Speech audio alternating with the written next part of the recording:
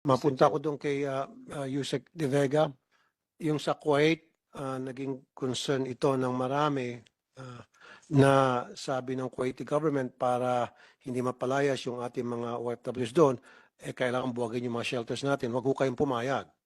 Hindi pwede. Kasi ang gusto ata ng Kuwaiti government, wag nang pumunta sa shelter, pumunta na lang daw sa mga proper authorities doon, kasama ng mga polis nila. Sabi ko kanina, hindi mapagkatiwalaan, hindi naman siguro lahat, yung karamihan sa mga polis nila because they're inclined na para kampihan pa yung kanilang mga kababayan kaysa naman yung mga kababayan natin. So has that been addressed? Ano na po yung request ng mga taga ng Kuwaiti government na buwagin yung mga shelters natin? Kausap niyo na ba yung Kuwaiti government? Now, about the Kuwaiti government. Posibleng request? Yes, we are still open. The shelters are still there. May I clarify, though, sir?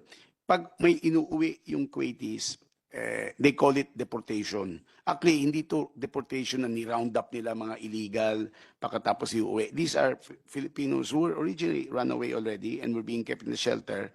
Pag inuuwi, they call it deportation. But actually, for us, it's repatriation.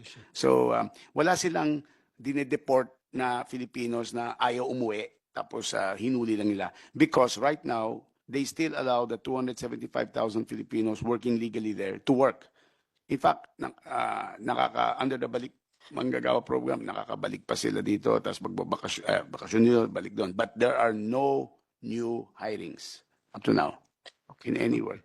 Okay. Is it possible na makipag-usap kayo, bilateral siguro agreement with, sa Saudi kadalasan yung mga pang-abuso, no? sa napakaraming bansa may mga OFWs, na sa bawat police station, merong naka-assign doon na police na tututok lamang sa sumbong ng mga OFWs na naabuso o ng mga foreign workers na naabuso? Can certainly raise this.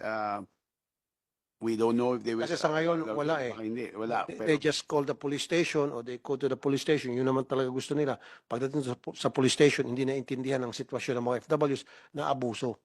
So, lalo pang naabuso na dodoble, naabuso ng anong amo, tumakbo dyan, abusuhin pa. And I've heard cases na inabuso ng yung OFW sa employer, tumakbo sa police, pagdating doon sa police station, inabuso ulit.